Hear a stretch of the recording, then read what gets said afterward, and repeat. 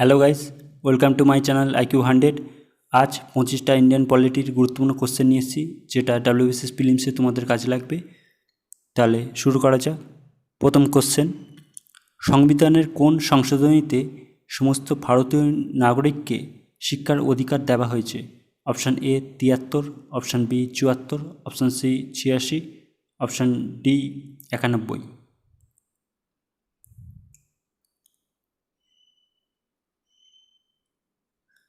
তাহলে অ্যান্সার কী হবে? অপশান সি 86তম সংবিধান সংশোধনীতে এটা বলা হয়েছে। এটার ধারা হচ্ছে 21A। এটা 2002 সালে সংবিধান সংশোধনী হয়েছিল, আর এটাতে 6 থেকে 14 বছর বয়সী বাচ্চাদের শিক্ষার অধিকারের কথা বলা হয়েছে। নেক্সট, ভারতের সংবিধানের শীর্ষ ব্যাখ্যাকার কে? অপশান এ কেন্দ্রীয় মন্ত্রিসভা, অপশান বি রাষ্ট্রপতি, অপশান সি সংসদ, অপশান ডি সুপ্রিম কোর্ট।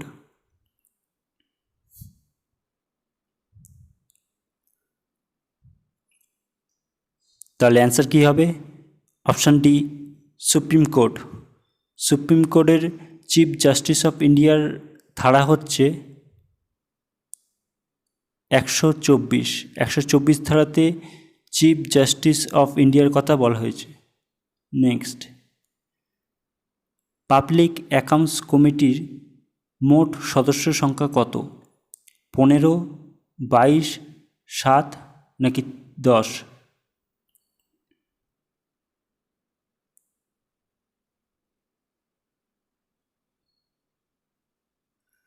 তাহলে অ্যান্সার কী হবে? Option B 22। লোকসভা থেকে সদস্য হচ্ছে 15, আর রাজ্যসভার থেকে সদস্য হচ্ছে 7, টোটাল হচ্ছে 22। আর পাবলিক অ্যাকাউন্টস কমিটির এটার চেয়ারম্যান থাকে অপোজিশন পার্টির চেয়ারপারসন সবসময় অপোজিশন পার্টির থেকে থাকে। পাবলিক অ্যাকাউন্টস কমিটির কাজ হচ্ছে ক্যাকের কন্ট্রোলার অডিট জেনারেলের যে রিপোর্ট আছে সেই রিপোর্টকে পরীক্ষা করা। এটার কাজ হচ্ছে পাবলিক অ্যাকাউন্টস কমিটির। আর এটার কার্যকাল হচ্ছে এখানে মেম্বারের সময়কাল হচ্ছে 1 ইয়ার।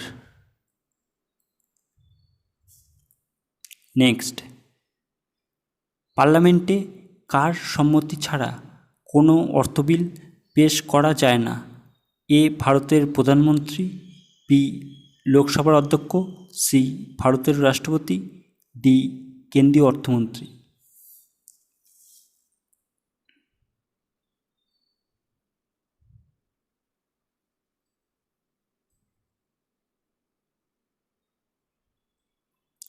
তাহলে অ্যান্সার কী হবে?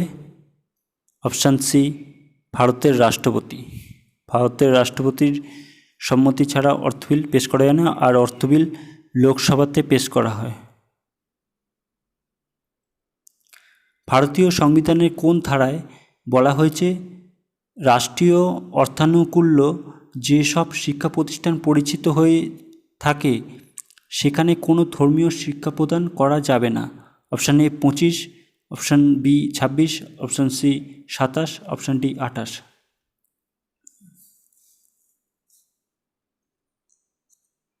তাহলে অ্যান্সার কী হবে? অপশান ডি 28 নম্বর ধারাতে এটা বলা হয়েছে ধর্মীয় স্বাধীনতার অধিকার 25 থেকে 28 আর্টিকেলে আছে।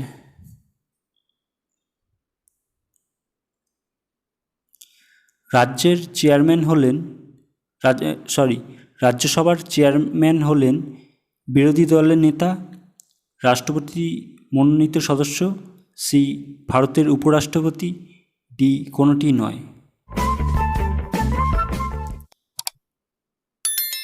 তাহলে অ্যান্সার কী হবে? ভারতের উপরাষ্ট্রপতি। ভারতীয় সংবিধানে ক্ষমতা বিন্যাসে ফরেস্ট অন্তর্ভুক্ত হয়? অপশান এ কেন্দ্রীয় তালিকায়, অপশান বি রাজ্য তালিকায়, অপশান সি যৌথ তালিকায়, অপশান ডি কোনোটি নয়।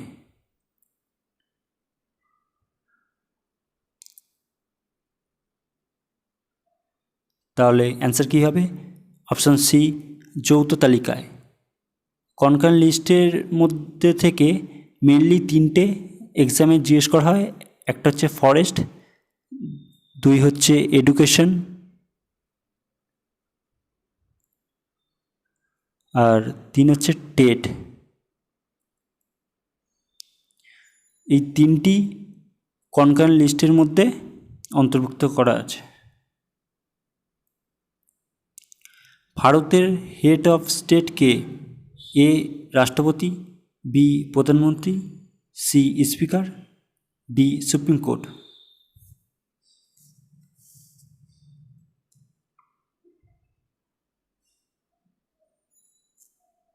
তাহলে অ্যান্সার কী হবে? অপশান এ রাষ্ট্রপতি। যদি হেড অফ গভর্নমেন্ট বলতো তাহলে অ্যান্সার হতো prime minister. Head of state বলেছে তাই রাষ্ট্রপতি। ভারতের রাষ্ট্রপতি যদি ইস্তফা দেন তাহলে কার কাছে আবেদন পাঠায়? এ উপরাষ্ট্রপতি, B chief justice of India, C প্রধানমন্ত্রী, ডি স্পিকার।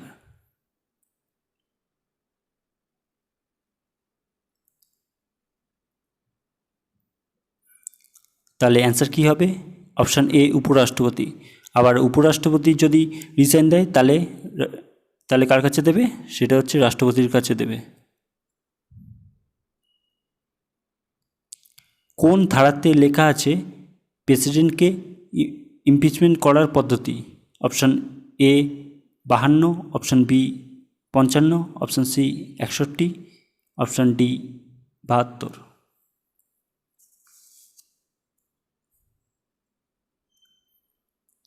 তাহলে অ্যান্সার কী হবে? অপশান সি 61তম ধারাতে লেখা আছে প্রেসিডেন্টকে ইমপিচমেন্ট করার পদ্ধতি, মানে রিমুভ করার পদ্ধতি। যদি প্রেসিডেন্টকে রিমুভ করতে হয় তাহলে লোকসভা এবং রাজ্যসভাতে 2/3 মেজরিটি নিয়ে বিল পাস করতে হবে। রাষ্ট্রপতি না থাকলে তার পদ কে সামলাবে? উপরাষ্ট্রপতি, চিফ জাস্টিস অফ ইন্ডিয়া, প্রধানমন্ত্রী নাকি স্পিকার?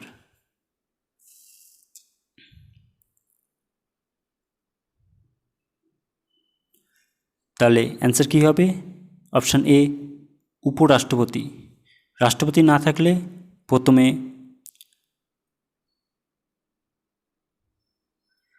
উপরাষ্ট্রপতি,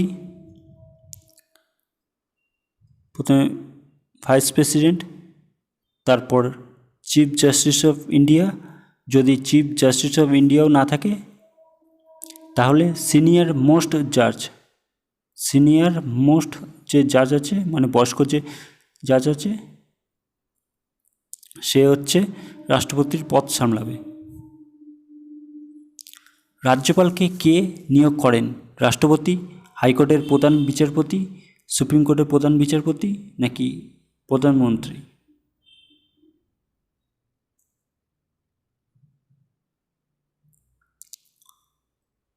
তাহলে অ্যান্সার কী হবে? অপশান এ রাষ্ট্রপতি। রাজ্যপাল হতে গেলে মিনিমাম 35 বছর হতে হবে। রাজ্যপাল রিজাইন নোটিশ কার কাছে পেশ করবে? Chief justice of high court, chief justice of India, president নাকি স্পিকার?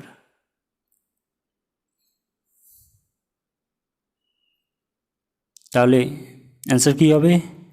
সি প্রেসিডেন্ট বা রাষ্ট্রপতি। রাজ্যপালের কার্যকাল হচ্ছে 5 বছর। এদের মধ্যে হেড অফ দ্য স্টেটকে মুখ্যমন্ত্রী, রাজ্যপাল, অ্যাডভোকেট জেনারেল নাকি রাষ্ট্রপতি?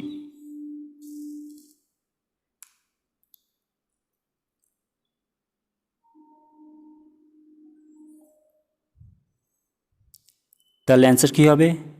অপশান বি, রাজ্যপাল। যদি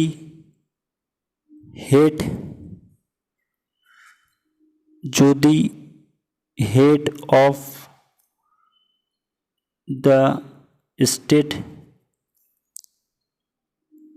গভর্নমেন্ট বলে তাহলে হবে সিএম, মুখ্যমন্ত্রী হবে। যদি head of the state government বলে তাহলে মুখ্যমন্ত্রী অ্যান্সার হবে। হাইকোর্টের বিচারপতি কে নিয়োগ করেন? হাইকোর্টের বিচারপতিকে নিয়োগ করেন কে? রাষ্ট্রপতি, রাজ্যপাল, চিফ জাস্টিস অফ ইন্ডিয়া, কোনোটি নয়।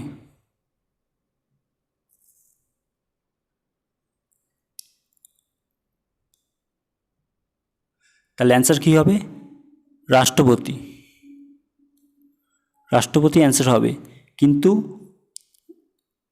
হাইকোর্টের বিচারপতিকে নিয়োগ করার আগে রাষ্ট্রপতি রাজ্যপালের থেকে পরামর্শ করার পরে রাষ্ট্রপতি নিয়োগ করে। নিচের মধ্যে কোন রাজ্যে বিধান পরিষদ আছে? রাজস্থান, তামিলনাড়ু, ওড়িশা নাকি মহারাষ্ট্র?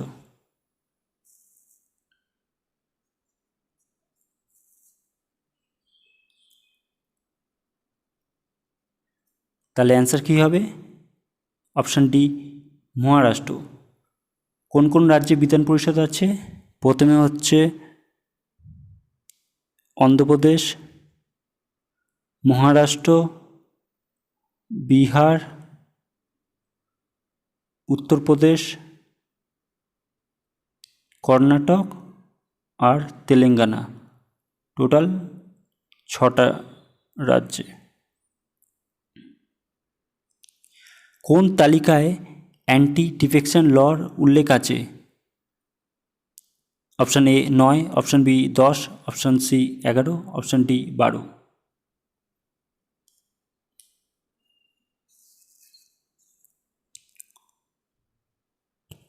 অ্যান্টি ডিফেকশন ল মানে হচ্ছে দলত্যাগ বিরোধী, মানে দল চেঞ্জ করতে পারবে না।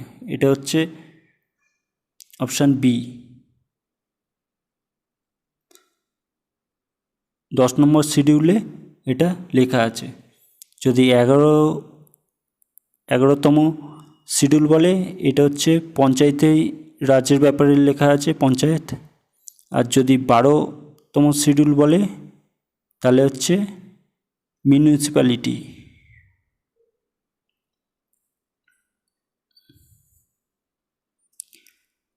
কত সালে প্রস্তাবনাকে সোশ্যালিস্ট এবং সেকুলার শব্দ দুটি যুক্ত করা হয়? Option A 1935, option B 1949, option C 1950, option D 1976।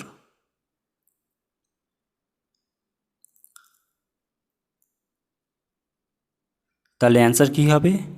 Option D 1976 সালে সোশ্যালিস্ট আর সেকুলার এই শব্দ দুটি অ্যাড করা হয়। সেটা 42তম অ্যামেন্ডমেন্ট করে, 42তম সংবিধান সংশোধন করে। এই 42তম সংবিধান সংশোধনকে মিনি কনস্টিটিউশনও বলা হয়।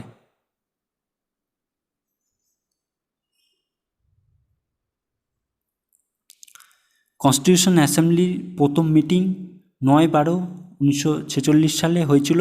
সেখানে সভাপতি কে ছিলেন? রাজেন্দ্র প্রসাদ, জওহরলাল নেহেরু, সচ্চিদানন্দ সিনহা আর বি আর আম্বেদকর।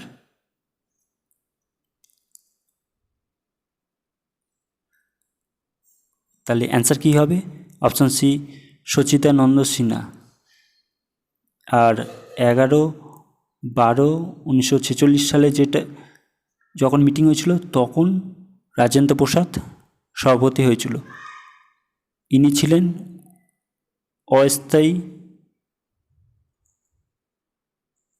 অস্থায়ী প্রেসিডেন্ট ছিলেন, আর রাজেন্দ্র প্রসাদ ছিল স্থায়ী। ড্রাফটিং কমিটির চেয়ারম্যান কে ছিলেন? জওহরলাল নেহেরু, বি আর আম্বেদকর, রাজেন্দ্র প্রসাদ আর ডি হচ্ছে কে এম মুন্সি।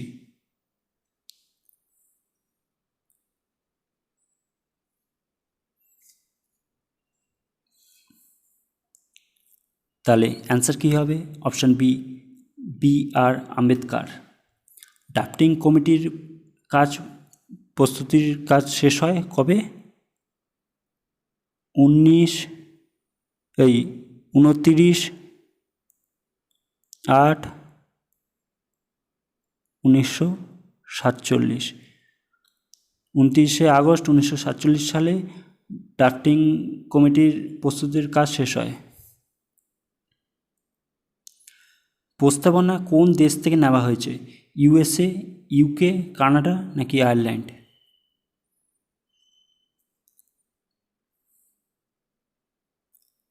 তাহলে অ্যান্সার কী হবে? অপশান এ, USA। ইউএসএর থেকে মেন কী নেওয়া হয়েছে? FP দিয়ে মনে রাখবে, FPR। F দিয়ে হচ্ছে ফান্ডামেন্টাল রাইট, P দিয়ে হচ্ছে প্রিয়াম্বেল মানে প্রস্তাবনা, আর R দিয়ে হচ্ছে রিমুভাল মানে হচ্ছে রাষ্ট্রপতি, প্রধানমন্ত্রী এদেরকে রিমুভ করার যে পদ্ধতি, ওইটা হচ্ছে ইউএসএর থেকে নেওয়া হয়েছে। আর যদি কানাডার থেকে বলা হয়, কানাডার থেকে ইন্ডিয়া ইজ এ ইউনিয়ন, এই কথাটি কানাডার থেকে নেওয়া হয়েছে। আর যদি আয়ারল্যান্ড থেকে বলা হয়, আয়ারল্যান্ড থেকে ডাইরেক্টিভ প্রিন্সিপাল এটা নেওয়া হয়েছে। এটার আর্টিকেল হচ্ছে 36 থেকে 51, এটা পরীক্ষায় আসে, ডাইরেক্টিভ প্রিন্সিপালের আর্টিকেল। কনকারেন্ট লিস্ট কোন দেশ থেকে নেওয়া হয়েছে? অস্ট্রেলিয়া, USSR, জার্মানি নাকি সাউথ আফ্রিকা?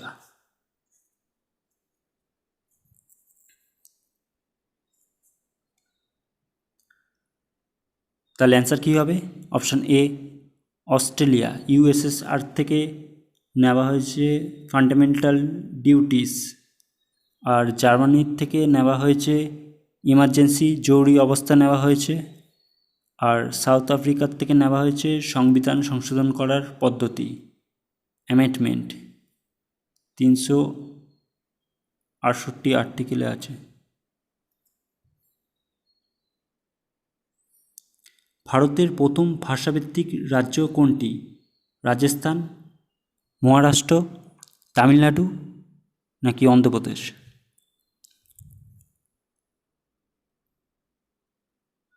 তাহলে অ্যান্সার কী হবে? Option D, Andhra Pradesh. 1953 সালে এটা হয়েছিল। কত সালে গোয়াকে রাজ্যের মর্যাদা দেওয়া হয়েছে? 1950, 1962, 1987 নাকি 2000?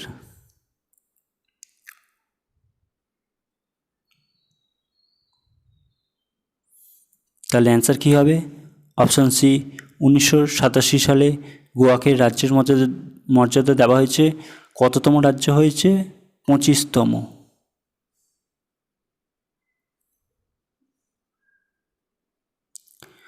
বাক ও মত প্রকাশের স্বাধীনতার অধিকার কোন ধারায় বলা হয়েছে? অপশান এ 19-এর I, option B 21, option C হচ্ছে 19-এর 3, আর অপশান ডি হচ্ছে 22।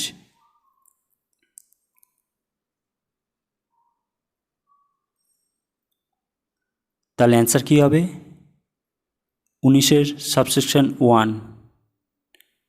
খুবই ইম্পর্টেন্ট কোশ্চেন এটা।